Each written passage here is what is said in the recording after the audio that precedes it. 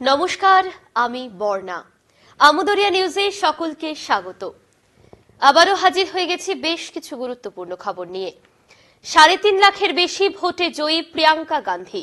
কেরলের ওয়েনারে উপনির্বাচনে ৩,৫৭,৫৮০ ভোটে জিতলেন কংগ্রেস সর্বভারতীয় সাধারণ সম্পাদক প্রিয়াঙ্কা গান্ধী। সেখানে দ্বিতীয় স্থানে রয়েছেন সিপিআই প্রার্থী। বিজেপির প্রার্থী ৬৩,০০০ ভোট পেয়ে তৃতীয় স্থানে। রাহুল গান্ধী দুটি আসনে জেতায় একটি থেকে পদত্যাগ করতে হয়েছিল, তাই ওই আসনে উপনির্বাচন হয়। প্রিয়াঙ্কা গান্ধী এই প্রথম কোনো ভোটে দাঁড়ালেন, ফলে তার বিপুল জয়ের পরে কংগ্রেসের নেতাকর্মীরা উদ্দীপিত। আসছি পরবর্তী খবরে। মুসলিম বিজেপিকে সমর্থকদের বয়কটের ফতোয়া দেওয়ায় পুলিশে অভিযোগ। বিজেপিকে সমর্থনকারী মুসলিমদের সামাজিক বয়কটের ফতোয়া দেওয়ার অভিযোগে এক মুসলিম ধর্মগুরুর বিরুদ্ধে পুলিশে অভিযোগ দায়ের হচ্ছে। বিজেপির সংখ্যালঘু মোর্চার সভাপতি জামাল সিদ্দিকী তুঘলক পুলিশ স্টেশনে ওই অভিযোগ দায়ের করেছেন।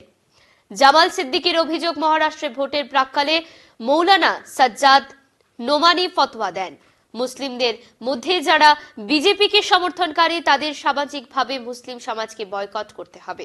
বিজেপির সংখ্যালঘু সেলের সভাপতির অভিযোগ, ওই ফতোয়া দেওয়ার পরে তিনি নানা জায়গায় গিয়ে অপমানিত হচ্ছে। অনেকে তার সঙ্গে কথা বলছেন না, এমনকি তাকে প্রাণে মারার হুমকিও দেওয়া হচ্ছে বলেই অভিযোগ। তিনি অভিযোগের সঙ্গে একটি ভিডিও ক্লিপ জমা দিয়েছেন। পুলিশ তদন্ত শুরু করেছে। এই মুহূর্তের শেষ খবর। 4 শ্রমিককে মারধরের অভিযোগ সেনার বিরুদ্ধে। নিরপেক্ষ তদন্তের দাবি মুখ্যমন্ত্রীর। সেনা শিবিরের শ্রমিকদের মারধর, কাশ্মীরের মুখ্যমন্ত্রীর আর্জি মেনে তদন্ত শুরু। কাশ্মীরে 4 জন শ্রমিককে জেরার নাম করে সেনা শিবিরে নিয়ে অত্যাচারের অভিযোগ উঠেছে। 4 জনই হাসপাতালে ভর্তি রয়েছেন।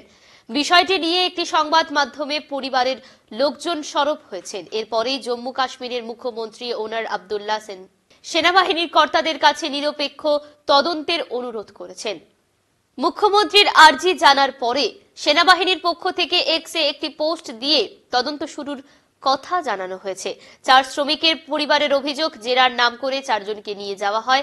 পরে তাদের এমন মারধর করা হয় যে হাঁটতে পারছিলেন না, এমনকি পায়ুতে শক্ত কিছু ঢোকানোর অভিযোগও রয়েছে। কদিন আগে একজন সেনা অফিসারকে জঙ্গিরা হত্যা করেছে। জখম হয়েছেন 3 জন সেনা অফিসার। তারপরেই তদন্তে নেমে ওই 4 জনকে সেনা শিবিরে ডাকা হয়েছিল বলে তাদের পরিবারের লোকজন দাবি করেছেন। আজ এই পর্যন্তই, ফিরবো আরো গুরুত্বপূর্ণ খবর নিয়ে। ধন্যবাদ।